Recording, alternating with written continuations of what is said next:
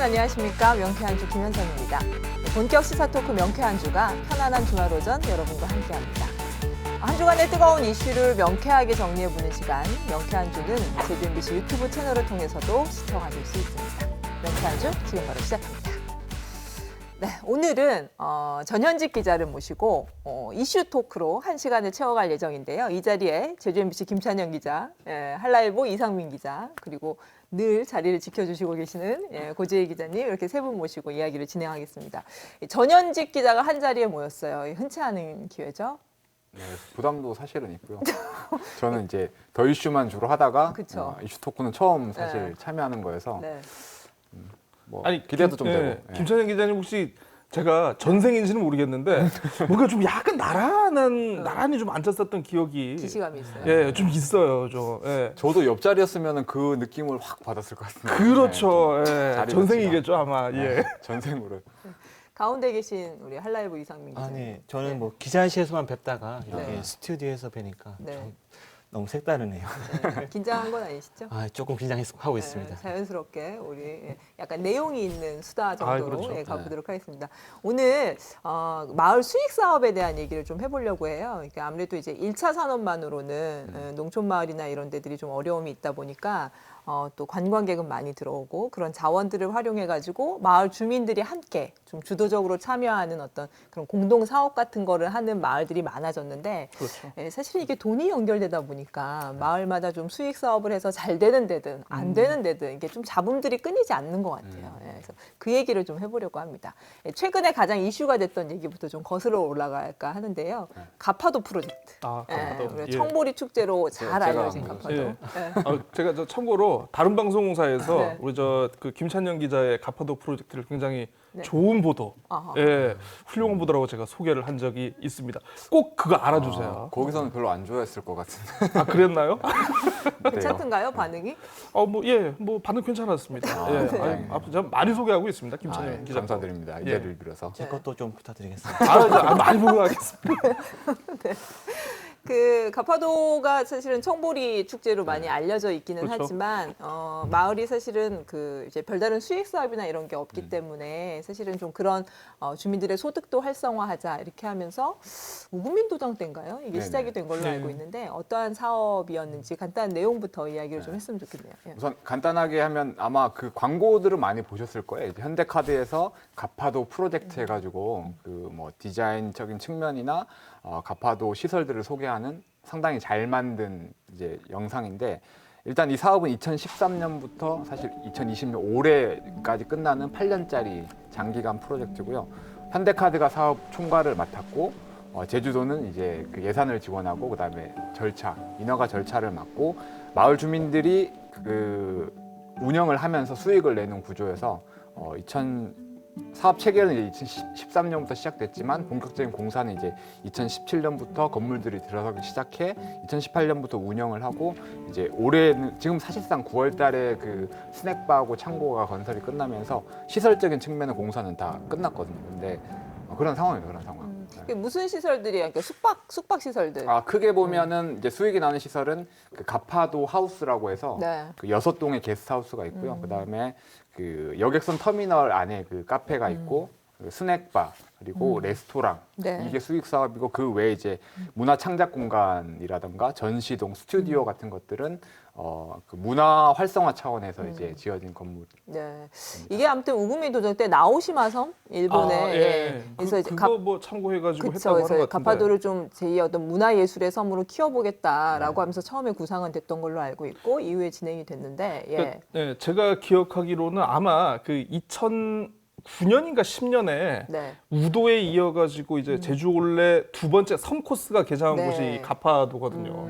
그러니까 이 가파도가 참 약간 좀 아기자기하고 뭔가 미니어처를 보는 그런 모습이 있어요. 이게 더할 가짜의 물결파 해가지고 그러니까 파도가 치면은 그러니까 섬을 덮어버릴 정도로 이게 해발 20m밖에 안 되는 굉장히 낮은 섬이거든요. 그러니까 우리가 보통 보면은 뭔가 수직적으로 있으면은 굉장히 사람이 좀 위압을 받고 좀 그런 부담스러운 느낌이 있지 않습니까? 그런데 여기는 이제 20m고 쫙 이제 보리밭이 펼쳐지고 모든 것이 잡힐 듯이 보이다 보니까 굉장히 어떤 힐링의 섬, 편안한 섬으로서 사실 그 전에는 우리가 발견을 못했는데 섬의 가치를 이 제주 올레 코스가 개장하고 많은 분들이 오시면서 어떤 힐링 스팟으로서의 어떤 가치를 재평가받게 된 그런 측면이 좀 있는 것 같아요. 그래서 그 이후에 아마 이 저 창희 기자님께서 이제 취재하신 그 내용이 아마 이렇게 좀 진행이 된 걸로 알고 있는데, 예. 가파도를 찾는 사람들이 많아지니까 그렇죠. 이거를 좀 주민들의 수익으로 이어가 보자라는 취지로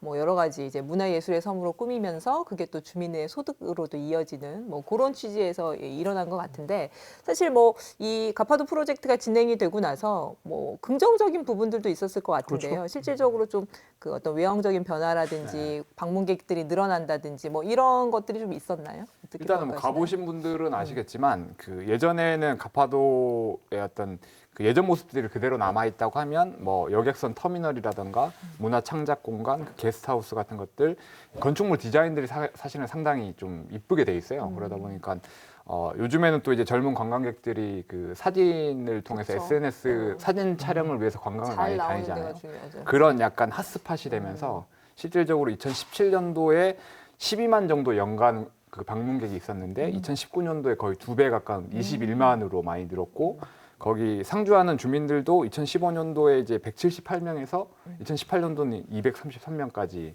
늘었었거든요. 그만큼 뭔가 관광객들이 많이 찾아오다 보니까 마을 분위기도 많이 좋아지고 그러니까 외형적으로 봤을 때는 이쁜 건축물도 많이 생기고 그리고 관광객들도 많이 찾아오고 또 SNS 통해 이게 계속 홍보가 되다 보니까 밖에서 봤을 때는 가파도가 정말 이뻐졌고 관광객들이 이제 좋아하는 섬이 됐구나라는 홍보가 된 거죠.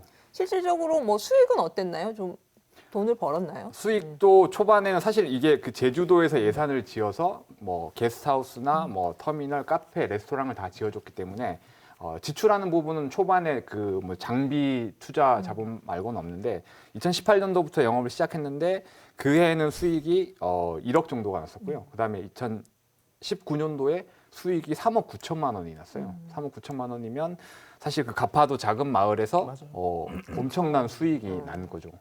가파도 같은 경우에는 이제 지역 주민들이 가파도에만 기반이 있는 게 아니고 그 가까운 우리 본도의 이제 대정읍 지역에도 좀 이렇게 기반을 갖추신 분들이 꽤 있으시고 그쵸. 우도 같은 경우는 또 이제 성산읍 쪽에 네. 이렇게 기반을 갖추신 네. 분들이 많으시거든요. 그래서 사실 그 부속섬에서만 뭔가 농사라든가 어업 같은 걸 제대로 할 수 없으니까 반농 반어 형태로 1년 내내 어떤 수익 사업을 하기 위해서는 사실 섬 지역에만 계속 있어가지고 이게 좀 힘들거든요. 그래서 좀 다른 지역에 거점을 이렇게 마련해가지고 하시고 했는데 그 지금 말씀하신 어떤 그 관광객 그 뭐 네, 이 늘어나고. 증가를 하고 이런 사업을 같이를 하면서 좀 약간 뭐라고 해야 되지 수익 사업의 포커스라든가 이런 게 그 섬에만 이렇게 좀 그 맞춰진 측면도 좀 이거 없지 않아 좀 그게 있는 것 같아요. 예.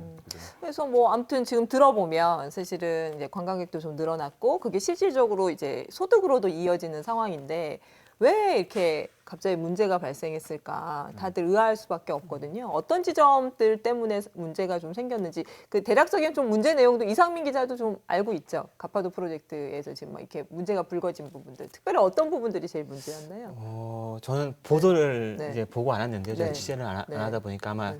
김찬영 기자가 이제 방송을 통해서 많이 보도를 한 걸로 알고 있는데 그 일단은 그 가파도 프로젝트를 하면서 거기가 용도가 있는 걸로 알고 있는데 그 정해진 용도와 다르게 이제 허가가 나가고 숙박시설 네, 이런 거기에 부분들. 대해서 이제 마을 협동조합 사이에서 좀 잡음이 있고 또 판매하는 뭐 청보리와 네. 관련된 판매물이 원산지 그 원산지가 네. 잘못 표기됐다라는 네. 게 마을 주민들 사이에서 나오고 그래서 좀 수익 사업을 놓고 갈등이 있었던 거를 저는 어렴풋이는 알고 있어요. 네네.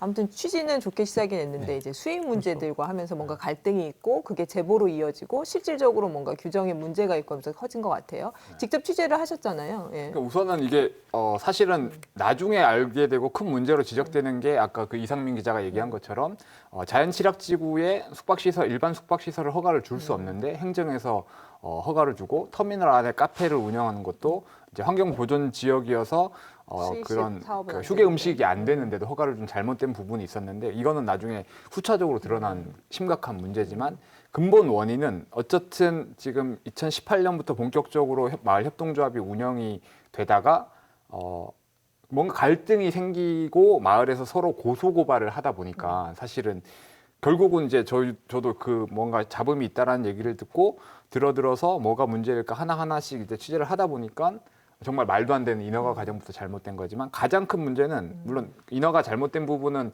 어쨌든 공무원이 잘못한 부분이니까 거기에 따른 이제 징계를 받게 될 거지만 그 마을이 아까 뭐 지금 233명까지 주민들이 늘었다고 하는데 사실은 되게 작은 마을이거든요. 작은 마을이면 서로 이제 돕고 하는 그런 문화가 예전에는 살아 있었는데 오히려 그게 사라지고 이제는 그 소수 사회적 협동조합 운영을 하고 있는 사람과 조합원인 사람과 조합원이 아닌 사람들 간의 어떤 갈등이 엄청 심하고 서로 고소고발을 하는 상황까지 나다 보니까 외형적으로 봤을 때는 섬이 이뻐지고 수익도 많이 나지만 안으로 들어갔을 때는 마을에 이제 갈등만 깊어진 어떻게 보면 작은 공동체를 파괴해버린 사업이 아닌가라는 생각도 사실은 들더라고요.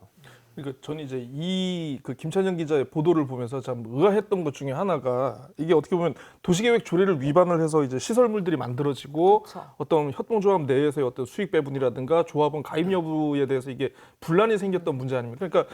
그러니까 저는 생각을 해보면은 제 이제 뭐 주변의 분들은 뭐 예를 들어서 집 같은 거를 지으면서 주차장 하나 만들려고 해도 그렇게 행정해서 그냥 감나라 배나라 이거 이추룩해야 됩니다 저추룩해야 됩니다 이추룩하면 안 됩니다. 그러니까 굉장히 뭐라고 해야 되지 좀 굉장히 규제를 좀 타이트하게 봤는데 도시계획 조례를 위반하면서까지 이 수많은 허술하게. 건물동을 지었다는 걸 행정에 과연 인지를 하지 못했을까라는 거에 대해서 저는 좀 약간 믿기가 어려워요. 이거는 되게 왜냐하면 그러면 행정이 그러면 정말 진짜 어떤 자기의 책임을 방기하거나 아니면 이건 방관을 한 건데 그 생각을 좀 해보게 되는데요. 그러니까 사실 이제 가파도 프로젝트 같은 경우에는 2013년?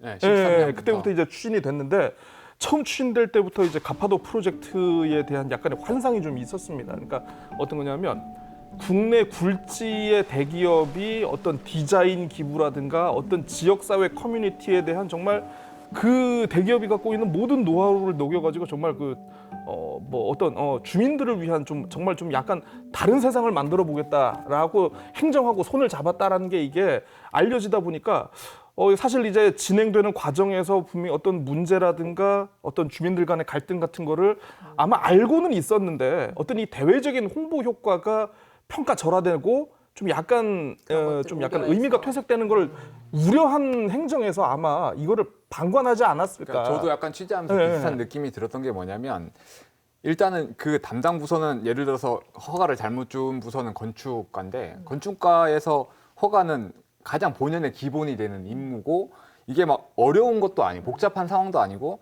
그냥 거기는 딱 자연 취락지구여서 일반 숙박업 건물을 지을 수 없는 곳이에요. 이거는 되게 쉬운 상황인데도 그거를 허가를 실수로 줬다라고 하는데 아까 얘기한 것처럼 어쨌든 이게 일반인들이 그 허가를 받기는 사실 상당히 힘들고 까다롭고 엄격하게 심사를 하는데 도에서 대대적으로 홍보를 하고 그 당시 지사뿐만이 아니라 그 현대카드 정태영 회장까지 이제 그 홍보를 하는 상황에서 이거를 빨리 진행을 하기 위해서 뭐 의도가 있었는지 없었는지는 모르겠지만 아까 그 고 기자가 얘기한 것처럼 그냥 단순한 실수로 보기에는 누가 봐도 이거는 좀 합리적인 의심이 여러 되지 가지 않나. 작년에 저 우리 원희룡 지사님 유튜브에 출연을 하셨어요. 이 부회장께서. 네.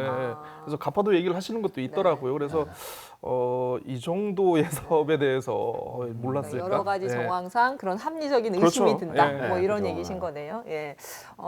아무튼 이제 좀 얘기를 진행을 해봤으면 좋겠는데, 아무튼 가파도 프로젝트는 드러난 거는 이제 뭐 그 인허가의 문제라든지 행정의 문제들로 드러나긴 했지만 사실 이 문제가 드러나는 과정이라든지 그리고 그 이후의 결과들, 주민간들 반복하고 소송전이 이어지고 하는 것들은 근본적으로 또 다른 문제가 있는 거예요. 이런 어떤 마을이 함께하는 수익 배분 구조라든지 이런 구조적인 문제는 조금 뒤에서 얘기하기로 하고요. 이 가파도 프로젝트 말고 또 우리가 이제 그 최근에 문제가 됐던 게 마을 수익 사업 때문에 문제됐던 게 비양도 부분. 뭐 도항선 들어오는 거를 막 해녀들이 해상에서 시위해서 못 들어와서 몇 시간씩 대기해서 있고 막 결국 행정선이 투입하고 되게 그런 문제들이 발생을 했었잖아요. 지금 우리 비양도 그 도항선 문제를 취재를 열심히 했던 이상민 기자가 간단한 내용을 좀 소개를 해주죠. 어떤 갈등이었는지. 네, 예. 그 사실은 그 비양도의 갈등도 가파도 갈등과 크게 그 모습이 다르지는 않아요. 네. 이게 그 관광객들이 많이 들어오면서 이제 마을 수익 사업을 해보고자 했던 것이 바로 이제 도항선 사업인데요. 원래는 이 비양도에는 그 마을 사람들이 운영하는 도항선이 이제 운항하는 게 아니라 네. 행정선이 운항하고 있었습니다. 원래는 네, 원래는. 그런데 2017년에 처음으로 마을 사람들이 이제 주주로 참여한 제1도항선사인 천년랜드, 비양도 천년랜드가 취항을 하게 됐죠. 취항을 해서 이제 잘 이제 해 운행을 오다가 하다가 지난해 네. 11월 우리가 지금 이제 얘기를 해보려고 하는 이 문제가 불거졌는데요.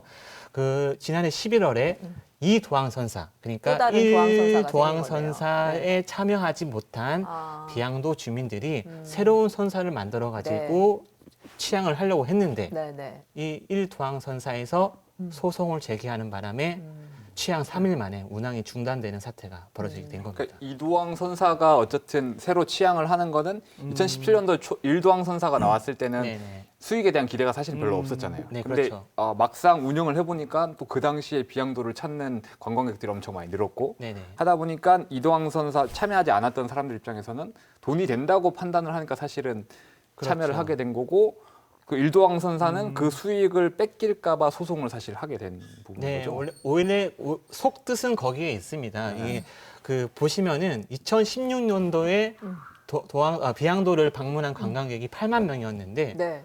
지난해는 16만 명이에요. 그러니까 급증했네요. 거의 한 3년 사이에 2배 급증한 네. 거죠. 그렇게 되면 당연히 수익이 뱃삭도 이제 급증을 하니까 여기 돈이 1도항 선사가 돈이 되는구나라고 이 도항 선사 주민들은 참 생각을 했을 거예요. 그래서 거기 네. 참여하지 못했던 주민들 혹시 그 중심으로. 참여하지 못한 이유는 있었습니까? 그분들이 저 이 도항 선사의 입장을 그 말을 빌려서 전하자면은 이 비양도에 거주하고 있는 주민이라고 해서 모두가 이제 집을 갖고 있거나 실거주하거나 그런 건 아니잖아요. 네. 거기서 나고 자랐다고 해서. 근데 그렇죠. 1도항 선사 측에서 우리 주민들은 거기에 집을 갖고 있지 않다라고 해서 그렇기 때문에 1도항 선사로 주주로는 참여할 수 없다라고 이렇게 저한테는 전하긴 했는데 거기에 대한 사실관계는 좀 더 거주 확인을 여부. 해봐야 될 것 거주 같아요. 여부라든지 이런 네. 자격 제한들이 네. 있었던 거네요. 일도항 선사 참여할 때 어쨌든 그 비양도 안에 이제 집이 없어서 배제됐던 네. 사람들이라는 그런 거죠. 아무튼 그 공유수면 점사용 허가에 대해서 이제 이도항 선사에 내준 그 허가를 취소해달라 막 소송을 하고 네. 막 이런 상황들이 벌어졌잖아요. 그러다가 이제 제주시가 행정선까지 투입을 했어요. 그래서 한참 동안 그 두 선사가 아예 운항 자체를 못했잖아요. 어떤 네, 그렇죠. 과정이었나요? 그러니까 올해 5월 1일이었습니다. 네. 5월 1일 날 계속 분쟁이 계속되니까 양측의 도항선 그 허가를 인정해 주지 않고 행정선, 관공선이 투입을 했어요. 근데 문제가 뭐냐면은 관공선은 정원이 적었어요. 만약에 비양도 천년랜드 1도항선사 같은 경우에는 정원이 한 120명 정도 되거든요. 근데 행정선은 58명밖에 안 됐어요.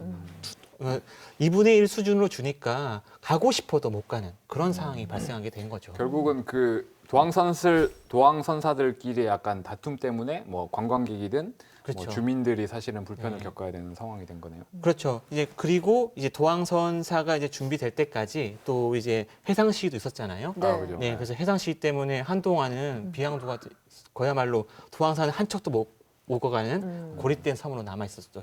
네. 이 기자님 저도 좀 보면서 얘기해 주세요. 죄송합니다. 그래서 행정선까지 투입이 됐다가 어떻게 잘 합의가 돼가지고 다시 배들이 다시 이제 운항을 시작을 했었는데 결국 또 소송이 제기가 됐다면서요. 네, 맞습니다. 그 1도항선사에서 다시 소송을 제기했어요. 지금 이제 사용하고 있는 선착장은요, 원래 사용하던 동쪽 선착장에서 남쪽에 있는 남쪽 선착장인데 여기를 이제 공동 사용하기로 합의를 하고 서로 이제 상생 협약을 하기로 했는데 갑자기 상생 협약을 한 지 한 3개월 만에 1도항선사에서 이 남쪽 선착장을 이 도항선사가 사용하지 못하게 해달라는 취지로 네. 소송을 제기를 했습니다. 이제 가처분 신청, 그러니까 재판이 끝날 때까지 이제 사용을 중지해달라는 가처분 신청이 최근에는 기각이 됐고요. 이제 네. 본안 소송이 남아 있는 상태입니다. 근데 그 당시 상생 협약을 할 때도 사실은 제주시에서 행정선까지 투입하면서 강수를 돈 네. 상황에서 자기네들도 이제 어쨌든 수익이 영원 나오는 것보다는 나눠 갖는 게 낫다고 해서 상생 협약을 해서 사실은 행정선을 이제 중단한 거잖아요. 네, 그렇죠. 근데 그렇게 했는데 3개월 만에 이걸 다시 뒤집는 그뭐 기사로는 저도 봤습니다만 네네네. 그 뒷 이야기가 왜 그렇게 상생 협약까지 다 하고 그것도 다 알려졌는데 그걸 왜 그렇게 기자실 분위기 같죠? 지금? 네네. 사실은 얘기가 저도 이제 없네요. 가장 이런 거 아주 궁금했는데 좋네요. 네. 그 일도항선사에서 내건 이유는 이랬어요. 그러니까 이 코로나 때문에 관광객이 또 이제 급감했단 말이죠.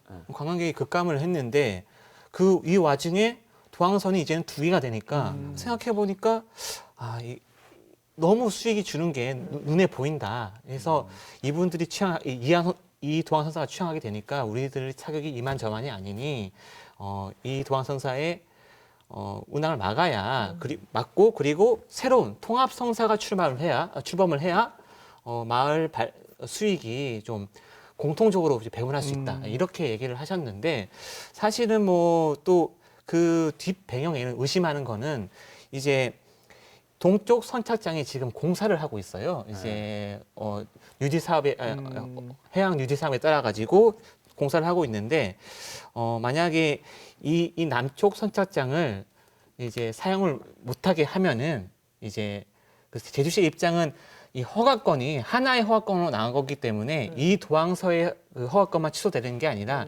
1도항선사의 허가권도 취소된다고 이렇게 얘기하고 있거든요. 1선사에서 소송을 제기는 네. 했지만 2선사에 대한 허가를 취소해달라고. 네네. 근데 어차피 이게 공유수명 점사용 허가가 남쪽 항에 한해 그 장소에 대해서 이루어진 거기 때문에 취소를 하게 되면 1선사에 대한 허가도 취소하는 게 맞다. 네, 이게 맞습니다. 제주시 잘 정리해 주시네요. 거죠? 제가 네. 말을 잘 못해서. 네. 그래서 이제 취소를 하게 되면은 그러니까 남쪽 선착장을 사용할 수 있는 곳은 아무도 없게 되니까 네. 그러면은 공사가 끝나면은 동쪽 선착장을 사용해 보려는 요량으로 소송을 한 게 아니냐. 뭐 아닌가라는 그런 추측입니다. 의심도 이제 네. 내가 있다는 못 거죠. 먹을 거 그냥 네. 너도 먹지 마. 네. 뭐 이런 건가요, 그냥? 기다리면 우리는 할 때가 있으니까 뭐 네. 이럴 수도 있다라는 게 이제 기재 그러니까 어느 정도 좀 이해는 되네요. 네. 궁금한 게 하나 있는데 사실은 이 비양도 도항선 이 사태 전에 우도에서도 사실은 비슷한 일이 있었죠. 도항선 때문에 서로 이제 뭐 신규 취항한 도항선사와 이제 막 소송전이 있고 해서 막 현지 법정까지 해서 이제 그렇죠. 현지에 와서 판사들이 재판을 하기도 하고 그때 그랬었거든요. 제가 취재 갔던 기억도 있는데 이 도항선 운행을 하면 아무튼 관광객이 많이 오니까 돈은 많이 벌 것 같은데 주민들한테 이익이 많이 배분이 돼요? 네. 일단은 주민들한테 얼만큼 이익이 배분되는지는 잘 모르겠어요. 기업 왜냐하면은 비밀이다. 그 출자 비율에 따라서 만약에 출자를 많이 하신 분들은 돈이 많이 돌아갈 거고 적게 하신 분들 비율에 따라서 배당이 되는 거기 때문에 개인별로는 정확하게 얼마가 돌아가는지는 모르겠지만은 추정컨대 뱃삭으로만 2019년 기준으로 3억 원 정도는 이상의 수익을 내지 않았을까 그렇게 뭐 수입 기준으로요 그렇게 생각이 비양도든 듭니다. 가파도든 사실 그 이 억대 매출이라는 게 그 작은 마을에서는 사실은 큰 액수거든요. 그렇죠. 예. 그러니까 도항선 문제 같은 경우에는 이 배가 무슨 뭐 우리 흔히 뭐 1,200만 원짜리 하는 것도 아니고 네. 투자비가 예, 많이 굉장히 기본적으로 이제 최초 투자 비용이 굉장히 많이 들어갔기 때문에 이거는 뭐 우리가 뭐 1선사, 2선사 누구 행정이 정리해라 해가지고 쉽게 끝날 문제가 아니고 굉장히 많은 맞습니다. 이해관계가 얽혀 있는 문제이기 때문에 사실 좀 약간 풀려면 좀 굉장히 좀 많이 좀 난이도가 있는 문제인 것 같긴 네, 합니다. 맞아요. 그게. 그러니까 저도 그때 이상민 기자랑 같이 취재를 하면서 그 비양도에 들어갔다 왔었거든요. 들어가서 주민들 전체적으로 얘기를 들어보니까 갑자기 그 가파도 데자뷰 같은데 그때도 똑같았었어요. 그러니까 서로 주민들이 이제 그 1도항선사 그 주주가 있고 2도항선사 주주가 있으면 그냥 서로 이제 상대방이 이제 잘못했다라고 생각을 하고 계속 얘기를 하니까 이거에는 이 도항선사 문제가 해결된다고 하더라도 이 마을 안에서의 어떤 갈등 문제는 정말 그렇죠. 쉽게 해결되지 않겠다라는 생각이 좀 그렇죠. 들더라고요. 예, 저도 이제 비양도에 걸린 소송만 지금 21건이에요. 아이고. 아이고야. 1년 사이에 21건의 소송이 접수가 된 주민들이 거예요. 몇 명이나 예. 된다고. 거의 주민들 몇 명 정도? 지금 이제 비양도는 60가구 정도 이제 거주를 네. 하고 있거든요. 얼마 100명 이내죠. 100명 이내로 이제 주민인데 그 사이에서 21건의 이제 소송이 있었고 뭐 그리고 주민들이 또 다 얼굴 아는 네. 사이인데. 그러게요. 형사 고발, 고소 고발도 있었고요. 아이고. 예. 지금 소송은 이제 한 건이 남긴 했는데 형사 고소 고발은 아직까지 진행되고 있다고 하네요. 근데 얘기를 쭉 듣다 보니까 결국은 돈이네요. 예. 그쵸. 좋은 취지로 시작을 해서 우리 함께 잘 살아보자고 시작을 했는데 결국은 그 돈이 뭔지 돈 때문에 이제 싸우고 반목하고 소송하고 뭐 이런 상황들이 있는 것 같아요. 그래서 가파도 같은 경우에도 다시 얘기를 돌아가 보면 지금 뭐 인허가의 문제들로 불거졌지만 근본적인 문제에 대해서 좀 이야기를 해봤으면 좋겠는데요. 이런 마을 간의 갈등들 근본적인 원인은 수익 배분의 문제라고 보면 될까요? 네, 어떻게 보시나요? 네. 저도 이제 수입 배분의 문제가 가장 큰 갈등의 원인이 아닌가라고 싶어요. 그 옛날에 우도도 이렇게 들어갔다 왔었는데 우도가 지금 관광객들이 엄청 많이 와가지고 갈등이 좀 많이 있잖아요. 근데 그 한국문화관광연구원에서 보고서를 낸 게 있어요. 이 갈등 구조를 이제 조사를 해보니 관광객과 주민의 갈등이 아니라 상인과 주민의 갈등이 더 컸다라는 거예요. 그러니까 상인들은 관광객이 와서 수입을 얻는데 그 현지의 주민 물질하시는 분들은 관광객으로 얻는 수익은 할 수 없잖아요. 그렇다 보니까 나는 이 수익 마을 발전 수익에서 나는 소외되고 이 사람들은 돈을 벌고 그 갈등이 가장 크다고 보고서는 지적하고 있더라고요. 그러니까 어떻게 보면 상인들 같은 경우는 관광객에 따른 수익을 벌지만 네. 상인들이 아닌 일반 그러니까 물질을 한다거나 농사를 지으신 분들은 오히려 관광객들 때문에 막 차다니고 하니까 피해는 자기가 보고 이제 그러니까 이익은 다른 또 주민들 특정 주민들만 본다라는 생각에서 그런 갈등이 생긴 것 같고 가파도 사실 마찬가지예요. 네. 가파도가 지금 그 마을 협동조합이 있지만 지금은 39명이면 전체 주민이 이제 120명 정도 되니까 5분의 1 정도밖에 안 되는 수준인데 5분의 1 안 되는 사람이 연간 그 3억 4억 원의 수익을 이제 가져가고 그 나머지 주민들은 그 수익을 하나도 받지 못하니까 사실 이 사업이 누구를 위한 사업이냐, 그러니까 특정인에 대한 사업이다라는 얘기가 있고 또 그 협동조합 안에서도 이제 39명이 이제 뭐 모든 사람이 이제 골고루 이건 뭐 그쪽에서 주장입니다만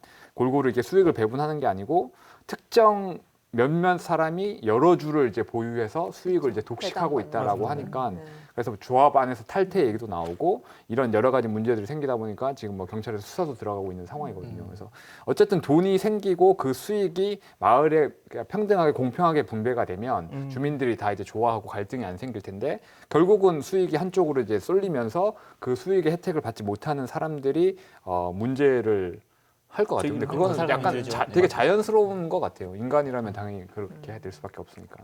제가 혹시나 해가지고 그 돈에 이제 마을 기업 현황을 한번 좀 이렇게 좀 들여다봤거든요. 네. 그래서 이게 마침 이제 제주연구원이 이제 2018년에 낸 자료가 하나 있더라고요. 그래서 네. 마을 기업 활성화 방안 연구 보고서인데 그 돈에 이제 이 조사 당시에 이제 32개 마을 기업이 있었다고 합니다. 이제 거의 형태가 이제 뭐 주식회사라든가 한 명 합자 회사가 아니고 지금 김찬영 기자 얘기한 그 협동조합의 그런 형태인데요. 그 한경면 같은 경우에 7개로 가장 많았고 뭐 구자업 3개, 뭐 안덕과 남원, 성산이 각각 4개씩 이렇게 돼 있는데 뭐 주로 이제 형태는 그렇습니다. 여러분들 생각하시는 것처럼 뭐 특산물이라든가 농수산물을 가공 유통하는 곳이 24곳으로 가장 많았고요. 뭐 전통 체험이라든가 뭐 레포츠, 캠핑 이런 것들 하는 곳이 한 5개소. 그리고 이제 그 지역에 있는 관광지들 있잖아요. 관광지에서 이제 뭐 휴게소 운영하거나 매점 운영하는 네. 곳 이런 곳을 하는 곳이 한 3곳 정도 있었는데 조사에서 그 아까도 얘기를 하셨지만 지금은 이제 우리가 이제 수익이 되는 부분을 지금 얘기를 하고 있지 않습니까? 근데 수익이 안 나온 부분이 거의 절반 이상이더라고요. 그래서 수익이 안 나오는 부분도 굉장히 많았고 특히 이제 얘기한 누가 조합원으로 가입을 할 것인가, 과연 수익 분배는 어떻게 되고 있는가에 대해서도 좀 굉장히 이게 좀 체계적인 좀 뭔가 시스템이 없다라는 그런 지적이 굉장히 많았던 것 같습니다. 그러니까 초반에는 같이 출발하자고 했는데 그렇죠. 사실은 사업에 대한 반신반의도 있고 뭐 이래가지고 참여를 안 했다가 이제 나중에 성장하면 그런 것들이 또 갈등의 요인이 되기도 하고 그렇죠. 또 같이 잘 들어갔는데 안에서 또 이제 배분하는 구조라든지 운영 체계라든지 이런 것 때문에 갈등이 되기도 하고 그런 것 같아요. 근데 아무래도 이제 뭐 이런 마을에서 이제 그런 기업을 운영을 하거나 협동조합 형태로 뭔가를 하거나 이럴 경우에 사실은 마을 주민들이 전문적인 맞습니다. 지식을 갖고 네. 있거나 경험이 있는 분들은 아니잖아요. 그래서 사실은 운영 체계에서 조금 문제가 더 발생하는 경우들도 있고 그게 이제 누적이 돼서 이제 갈등의 요인이 돼서 이제 벌어지는 경우들도 있는데 실상 좀 취재를 해보면 어때요? 그 어떤 마을 기업을 운영하는 수준이라든지 아니면 처음에 태초에 이제 그 기획하는 단계라든지 이럴 때 어떤 좀 어려움들이 있던가요? 예. 일단 가파도 프로젝트하고 아까 그 고재일 기자가 아까 그 제주연구원에서 현황 조사했던 내용은 좀 약간 다르긴 한데, 근데 공통적인 특징은 어쨌든 제대로 운영이 안 된다는 얘기고, 이제 가파도 프로젝트 같은 경우는 이제 150억 원이라는 예산이 들어갔기 때문에 현대카드에서 사실 주민들 교육도 하고 해외 선진지 견학도 가고 디자인해주고 6차례 뭐 워크숍하고 그 홍보 영상에 보면 뭐 몇백 시간의 뭐 회의 막 이런 5천 시간의 회의 막 이런 것처럼 많은 공을 들였음에도 불구하고 실질적으로 사업이 완수되는 시점에서는 이게 지속적으로 그 교육이나 이런 게 이루어지는 게 아니라 초창기에만 그거를 하고 뭐 현대카드든 제주도든 자기네 역할만 하면 지금은 사실은 다 빠진 상태거든요. 그러니까 현대카드 같은 경우는 2017년도 건물을 다 지어주고는 사실상 손을 뗐어요. 손을 떼고 제주도 같은 경우는 자기네가 예산 지원하고 임대료만 받는 부분이기 때문에 손을 떼다 보니까 사실은 주민들이 아까 얘기한 것처럼 외부 전문가처럼 경영인처럼 그렇게 할 수 없다 보니까 여러 가지 문제점들이 발생을 하고 회계 처리나 이런 부분들 때문에 문제점이 발생하니까 갈등이 생기고 하는 거고. 근데 가파도 프로젝트 같은 경우는 여러 공을 들인 사업이지만 그 외에 아까 그 고재일 기자가 얘기한 것처럼 그 뭐 여러 가지 사업들 중에 절반이 안 된다고 했잖아요. 저도 예전에 취재를 해봤는데 우선은 그 주민들 인식이 대부분 마을 협동조합 그 소규모 150억 원짜리 소규모 1억짜리 이런 마을 지원 사업 같은 경우는 협동조합에 참여는 하지만 주민들이 이게 어차피 지원을 받는 사업이기 때문에 사실 내 돈이 들어가는 거면 엄청 열심히 이제 하겠지만 뭐 해도 그만 안 해도 그만인 사업이라는 생각을 때문에 지속적인 측면에서도 상당히 거의 뭐 1년 체험 시설을 하다가 사실상 그 다음에는 그냥 뭐 폐창고가 되고 약간 이런 사례들이 너무 많은 것 같더라고요. 그러니까 이제 마을 이제 수익 사업들 같은 경우랑 이제 그 아까 이제 뭐 비양도 도항선이나 이런 것들이랑 이제 마을 단위의 마을 기업들은 조금 다르긴 한데 어쨌거나 주민들이 주도해서 하는 사업의 어떤 그런 공통 분모로 본다고 하면 약간 그런 문제들이 있는 건데, 네. 이거 사실 보면 이제 시작이 이제 뭐 다들 아시겠지만 이게 뭐 무슨 어떤 마을 기업을 만듦에 있어가지고 마을 구성원 전체적인 어떤 공감대와 이런 의견 수렴 등을 통해 가지고 출발한 곳이 제가 알기로는 거의 없어요. 그래서 뭐 보면 이제 뭐 아시겠습니다만 이제 저희처럼 한 4명이 모여가지고 우리 이건 한번 해볼까? 한번 해봅주 해가지고 시작을 해서 뭐 어디 뭐 행정에서 지원금 받아가지고 뭐 하나 좀 시설 갖다 놓고 좀 제품 출시하면서 어떻게 처음에는 이제 관 쪽으로 좀 이렇게 납품을 하다가 이게 결국 하다 보면 이제 수익도 안 나고 상근해서 근무를 할 사람도 없고 계속 어떻게 보면 좀 어떤 제품이나 서비스의 경쟁력이 떨어지고 하다 보니까 결국 이제 흐지부지 되는 그런 경우가 굉장히 많은 것 같은데 좀 그런 면에서 보면은 좀 어떻게 보면은 너무 어떤 마을 기업이라든가 이런 수익 사업에 대해서 좀 쉽게 생각하고 좀 약간 뛰어든 측면도 있지 않을까라는 그런 생각도 많이 하게 돼요. 이왕 일단 이 얘기가 나왔으니까 좀 얘기를 했으면 좋겠는데, 그러면 그 마을 기업들이나 이런 마을 만들기 사업들 같은 경우는 행정에서 좀 지원들을 하잖아요. 그러면 이제 지원을 한 만큼 행정에서 좀 이런 부분들을 좀 관리 감독하기도 하고 좀 그 마을 주민들한테 컨설팅을 할 수 있는 중간 조직이라든지 이런 조직들은 없나요? 그러니까 가파도 프로젝트 같은 경우에는 어쨌든 협동조합이 만들어졌고 도의 입장은 지금 여러 가지 문제가 불거졌지만 도의 입장은 항상 일관되거든요. 자기들은 이 프로젝트에서 건물을 지어주고 예산을 지원을 해주고 임대료를 받는다. 그래서 거기는 마을 협동조합이기 때문에 그쪽에서 조합원을 몇 명을 받든 회계 처리가 불투명하든 이거에 대해서 관여할 수 없다라고 상당히 이제 소극적으로 사실 관여를 하고 있거든요. 근데 가파도 마을 협동조합에서 운영하는 가파도 하우스나 레스토랑 이런 거는 다 소유를 제주도가 하고 위탁 운영을 맡기고 있기 때문에 저는 개인적으로 이 공직사회에서 너무 소극적 행정을 펼치고 사업만 끝나면 이제 아예 사실은 거의 손을 놓다시피 해버리는 문제가 마을 안에서는 자연스럽게 그런 부분이 이제 보충이 되지 않거든요. 그러다 보니까 이런 문제가 좀 생기는 게 아닌가라는 생각이 들어요.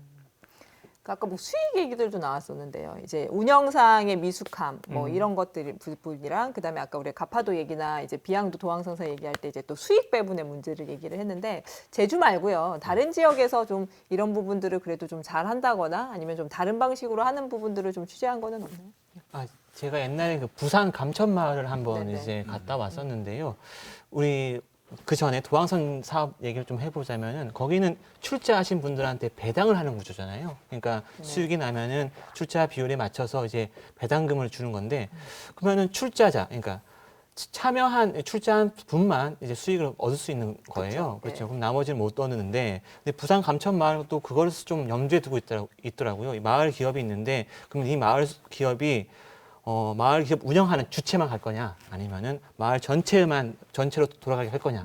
그것을 이제 생각을 하다가 결국에는 일자리였다고 하더라고요. 일자리. 네, 그래서 그 부산 감천마을에 있는 한 마을 기업은 네. 2년 단위로 이제 채용을 하는데, 그 뭐 이제 가게를 운영하실, 근데 그것을 2년 단위로 골고루 돌아가게 하는 거죠. 공고를 내 가지고 네, 네. 만약에 A라는 주민이 했으면은 2년 뒤에는 B라는 주민이 할 수 있게, 이렇게 좀 마을 기업에 대한 수익을 경제적 효과를 골고루 누릴 수 있는 좀 전체적으로. 보완책이 좀 필요하지 않을까, 좀 그렇게 생각을 하고 있어요. 그런 부분도 사실 하는 데가 있고 제가 정확히 어떤 지역인지 기억은 안 나는데 협동조합이 운영을 하면 협동조합이 전체 주민이 아니다 보니까 네. 또 뭐 비양도든 여기 제주에서 있는 갈등 같은 것들이 생길 수 있기 때문에 수익의 일정 부분을 그냥 마을 전체 발전 기금으로 사실 그 협약 당시에 위탁 계약 체결 당시에 수익의 뭐 20%는 마을 발전 기금으로 낸다라고 하면 만약에 그런 그 계약 당시 그러니까 조항이 있었다고 하면 가파도 같은 경우는 뭐 연간 5억 원의 매출을 올리면 수익 중에 10%뭐 1억 원을 마을로 내서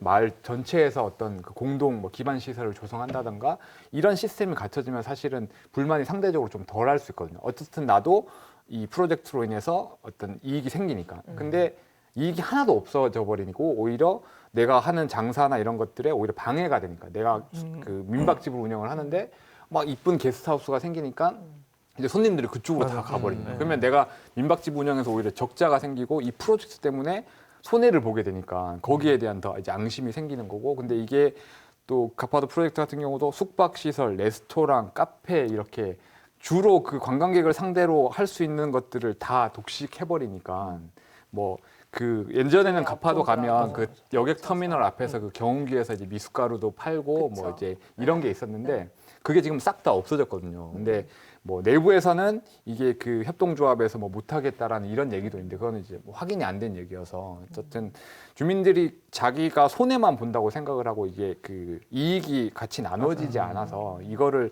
같이 나눌 수 있는 방안 같은 것들은 협동조합 운영을 하게 마을 기업 운영을 하게 되면 반드시 좀 필요하지 않나라는 생각이 들더라고요. 그러니까 이제 보통 우리가 이제 협동조합이라든가 마을 기업 같은 경우에는 이제 규모가 작다 보니까 야, 그 작은 마을 기업도 그런 거 해야 돼 이렇게 생각하시는 분들 되게 많이 있는데 조금 더 이제 확대를 해가지고 보면은 우리 이제 일반 도민적인 입장, 그러니까 도민들의 입장에서 보면은 그러니까 우리가 흔히 얘기하는 그 향토 기업들 있잖아요. 뭐 무슨 뭐 주류를 판매를 하거나 뭐를 생산해서 판매를 하거나. 그러니까 향토 기업 같은 경우에 뭐 물론 예전 같은 경우에는 뭐 신문에서는 그 주류 점유율이 뭐 도내에서 몇 %까지 올랐다 떨어졌다 막 이런 가지 막 기사로 나왔거든요.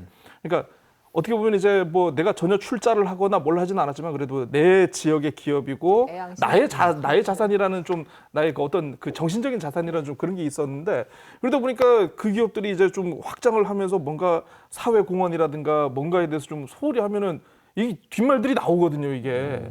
그러니까 보면은 그 마을 기업이라든가 협동조합 같은 경우에도 아까 잘 짚어주셨는데 마찬가지라는 얘기신 거죠? 그 같은 지역에 있으면서 어떤 굉장히 좀 그 비약적인 성장을 하고 있는데 이게 우리 마을에 우리 커뮤니티에 뭔가 도움이 안 된다 그러면 굉장히 반감이 생길 수밖에 없는 그런 구조인 것 같아요. 그게. 저도 양측 의견에 공감을 하는데요. 네. 그 사실 근데 문제는 이 지역 환원을 어떻게 강제를 할 수가 없잖아요. 이것들을 뭐 너희들은 이제 이 마을 기업 수익 사업을 하니까 매출의 10%는 마을 발전 기금 내 이걸 강제를 할 수가 없잖아요. 그렇다 보니까 행정에서도 개입을 할 수 없으니까. 그런데 그러면 골라야 될 것 같아요. 마을 수익 사업이 저는 정말 마을만을 위한 수익 사업은 아니라고 보거든요. 뭐 도항성 같은 경우에는 주민도 실어 나누고 그리고 도민도 실어 나누고 사실상 운송수단입니다.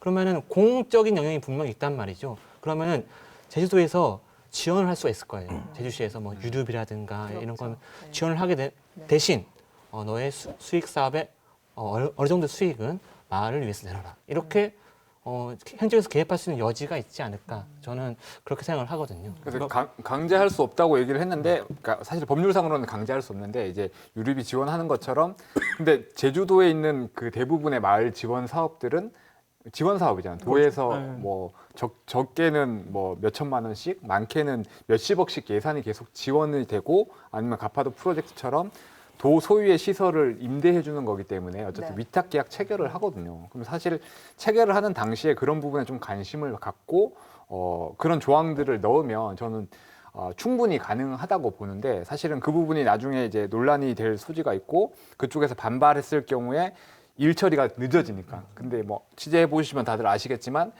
공직사회에서는 어쨌든 문제없이 제일 빨리 일 처리하는 게 최우선 과제잖아요. 그러다 보니까 그런 부분을 회피하다 보니까 문제가 이제 이런 상황까지 오지 않았나. 그러니까 저는 그 보통 이제 보조금 사업으로 이게 보통 끝나는 경우가 지금 되게 많잖아요. 그러니까 보조금 형태 말고 네. 아예 저 보조금을 출자금으로 돌려가지고 의결권을 행사한다거나 어떤 경영의 주요 경영 사항에 대해서 직접 이렇게 좀 개입할 수 있고. 직접 개입할 수도 있는 그런 상황을 만들면은 좀 아무래도 좀 이 마을 기업에서도 좀 더 책임감을 갖고 좀 어떤 경영 활동을 해 나갈 수 있지 않을까 그런 생각도 들어요. 그러니까 지금 이번 가파도도 취재를 하면서 느낀 게 이제 공무원 담당 부서가 도에 있는데 그 가파도 사협동조합, 가파도 마을 협동조합의 내부 뭐 정관이나 네. 운영 상태, 조합원을 받지 않고 있는데도 도에서 거기는 우리가 할 수 없다. 우리가 맞아. 협동조합에 정관을 요청을 했는데도 오히려 그쪽에서 아니 여기 우리 협동조합인데 왜 도에서 협동조합 운영 방식에까지 관여를 하느냐라고 얘기를 사실 해버리면 사실 그렇게 세게 얘기하는 것도 놀랐지만 그러니까 마땅히 또 도에서도 거기에 대해서 뭐 얘기를 할 수가 없는 상황인 많은 거예요. 예산이 지원됐는데도 네, 불구하고. 그러니까 이게 너무 이렇게 위치가 주객이 좀 전도된 게 아닌가라는 생각이 들 정도로 상황이 좀 심각하더라고요. 그럼 이렇게 실질적으로 그거를 이제 지원한 부분들이 제대로 운영이 되고 있는지에 대해서 검증하거나 하는 시스템은 거의 부재하다고 봐도 무방한 건가요? 지금 상황? 지금 그래서 도에서 이제 그 시설 위탁 운영을 협동조합이 하고 있잖아요. 근데 계약을 3년을 해서 지금 내년 3월이 되면 3년 계약이 끝나서 이제 지금 사회적 마을 협동조합하고 계약을 연장하지 않는 부분을 이제 검토를 하고 있거든요. 근데 그렇게 되면 협동조합에서는 연간 4억, 5억씩 매출이 나는 부분을 갑자기 하루아침에 잃어야 되는 상황이 발생하다 보니까 그 관련해서 제주도에서 올해 마을 협동조합으로 계속 이제 구두상으로 하다가 안 되니까 2차례 공문을 보냈어요. 네. 그 이후에 협동조합의 자세가 사실 되게 수용하는 방향으로 이제 바뀌고 조합원 신규 채용도 물론 일시적으로 했지만 신규 조합원 가입도 받고 한 절차가 진행됐거든요. 이런 걸로 봤을 때는 행정에서 좀 더 적극적인 의지를 갖고 하면 본인들이 위탁 계약을 하는 당사자고 건물도 다 본인들 소유이기 때문에 할 수 있었는데 그런 것들을 좀 하지 않았나라는 생각이 좀 많이 들더라고요.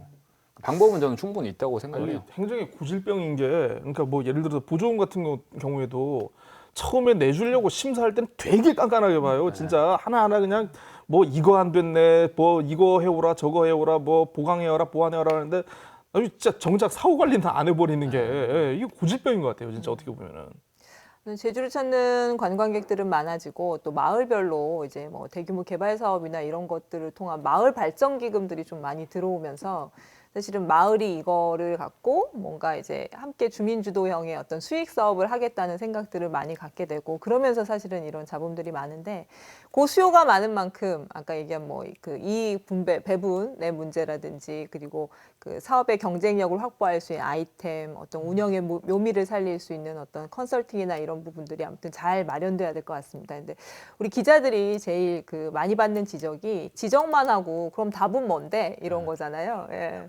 이 자리를 그렇게 마무리할 수는 없어서 저희가 이제 뭐 마을 수익 사업 아까 얘기한 뭐 마을 만들기 마을 기업들 이렇게 쭉 취재를 하면서 각자가 느낀 그래도 요것만큼만 좀 정비가 되면 요것만큼만 다시 한번 생각을 하면 이런 문제들을 조금은 막을 수 있지 않았을까라는 그런 것들이 하나쯤은 있을 것 같아요. 그래서 그 한 분씩 그런 약간 솔루션이라고 해야 될까요? 내가 생각하는 기자의 시선에서. 저도 오늘 계속 같은 얘기를 하는 것 같긴 한데 이제 취재를 하다 보면 가파도뿐만이 아니라 지금 제주도에서 큰 대규모 개발 사업 같은 것들은 이제 갈등이 어느 정도 많이 알려졌지만 작은 마을마다도 갈등이 엄청 심하거든요. 네. 서로 고소고발이 되고 하는데 가장 큰 문제는 그런 것 같아요. 어쨌든 대부분의 사업은 돈이 들어가면서 그 돈의 어떤 그 이익을 독점하기 위해서 마을 사람들 사이에 갈등이 발생하다 보니까 이제 법적인 다툼까지 가는데 근데 그건 되게 자연스러운 뭐 마을 주민들의 잘못이라고 저는 보지는 않거든요. 되게 자연스러운 반응인데 이제 행정에서 보조금을 아까 그 고 기자님도 얘기했지만 보조금을 지급한다거나 했을 때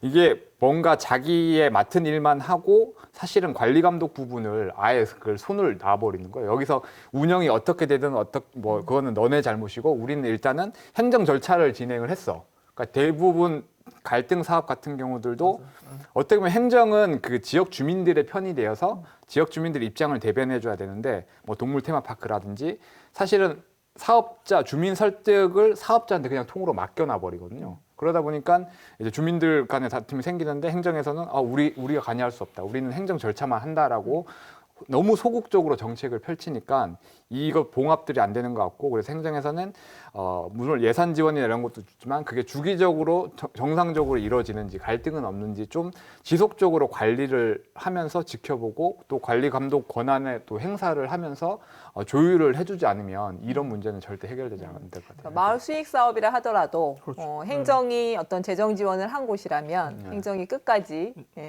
그 믿고 책임지는 AS를 좀 해야 된다 이 얘기인 것 같고요. 이상민 기자. 예. 저는 이제 행정에서 이제 모든 갈등을 다 이제 해소할 수는 없겠지만 그래도 갈등 중재자의 역할을 한다고 하면은 어느 순간에 내가 이제 중재를 해야 될지 그 시점을 좀 잘 좀 파악을 했으면 좋겠다는 생각이 있었어요. 타이밍을 놓치지 말라. 그러니까 타이밍이 놓쳐버리면 이미 갈등이 이만큼 벌어진 와중에 행정에서 이제 개입을 했을 때는 오히려 주민이 또 반감을 갖는 그런 경우도 있어서 이 지점에서는 갈등이 발생할 수 있겠다 싶을 때 그리고 이 사업이 이제 세력化들어가게 되면은 그 기존 사업자들한테 반발을 살 수 있겠다 싶을 때 충분히 사전에 설명을 하고 그런 다음에 약간의 인지를 하게 만든 다음에 해야지 그것을 모르고 이제 갑자기 사업자가 들어보니까 이분들도 이제 기존 사업자도 반발을 하는 것 같아요. 그래서 행정에서 좀 갈등을 조정한 자의 역할에서 갈등을 조정할 때 언제 이제 중재의 역할을 해야 되냐 그 시점을 좀 잘 파악했으면 타이밍이 합니다. 정말 네. 중요한 것 같아요. 모든 게 타이밍이다. 네. 그 회계학에서 보면은요, 그 네. 중요한 표현 중에 계속 기업의 가정이라는 게 있어요. 그러니까 회사가 있으면은 이 회사가 다음 달 내년에 문을 닫는 게 아니고 앞으로 10년, 20년 후에도 계속 존속할 것이라는 어떤 믿음과 확신을 줘야 네. 된다는 그런 표현이거든요.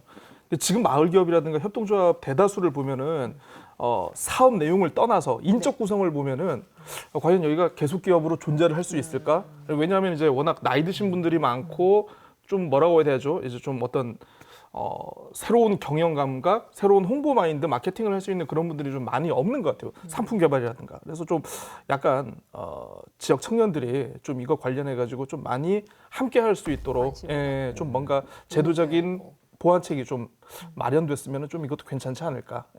그 생각을 해봤습니다. 아무튼 시작하기 전에 조금 그 공무원들부터 좀 전문성을 갖고 그게 안 되면 그런 중간 조직과 연결할 수 있도록 해서 잘 좀 돌다리도 두들겨 보면서 시작을 해서 이익 배분이라든지 이런 부분들을 사전에 좀 잘 정리를 해서 갈등을 좀 미연에 막는 그런 게 필요하다는 이야기로 듣겠습니다. 오늘 어떠셨어요? 이상민 기자는 사실 방송 출연 처음이죠? 네, 처음입니다. 네. 지금 땀이 줄줄줄 흐르고 있는데요. 네. 네. 더할 말이 없네요. 뒤늦게 긴장하신 것 같은데요. 네. 그전엔 긴장하고 하지 않았는데. 고재일 기자는 사실은 후배 기자들하고 자리를 오랜만에 한 거죠? 예, 네. 뭐 정말 많이들 성장을 하셨네요. 이제는 뭐 다들 이제 제주 지역의 대표 기자가 되셔가지고 참 네. 코플락이라는 표현은 죄송합니다. 아무튼 같이 이렇게 얘기를 할 수 있는 기회가 생겨서 네. 정말 즐겁습니다. 뿌듯하고.